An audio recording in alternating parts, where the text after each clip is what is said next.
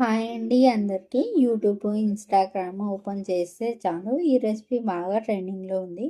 So ట్రెండింగ్లో ఉన్న ఈ రెసిపీ మేము కూడా ట్రై చేసాము. మరి ఈ రెసిపీ హిట్ ఆఫ్ ఫ్లాప్ అని వీడియో లాస్ట్లో చెప్తా. ఇప్పుడైతే ప్రాసెస్లోకి వెళ్దాం. ఇప్పుడు ఒక కడాయి పెట్టుకొని ఆయిల్ పోసుకొని బాయిల్ చేసిన ఎగ్ని ఫ్రై చేసుకొని పక్కన పెట్టుకోవాలి.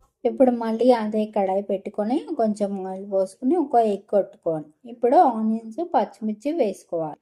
కారం, సాల్ట్ కూడా వేసుకోండి. ఇప్పుడు బాయిల్ చేసిన ఎగ్ని పెట్టుకోండి.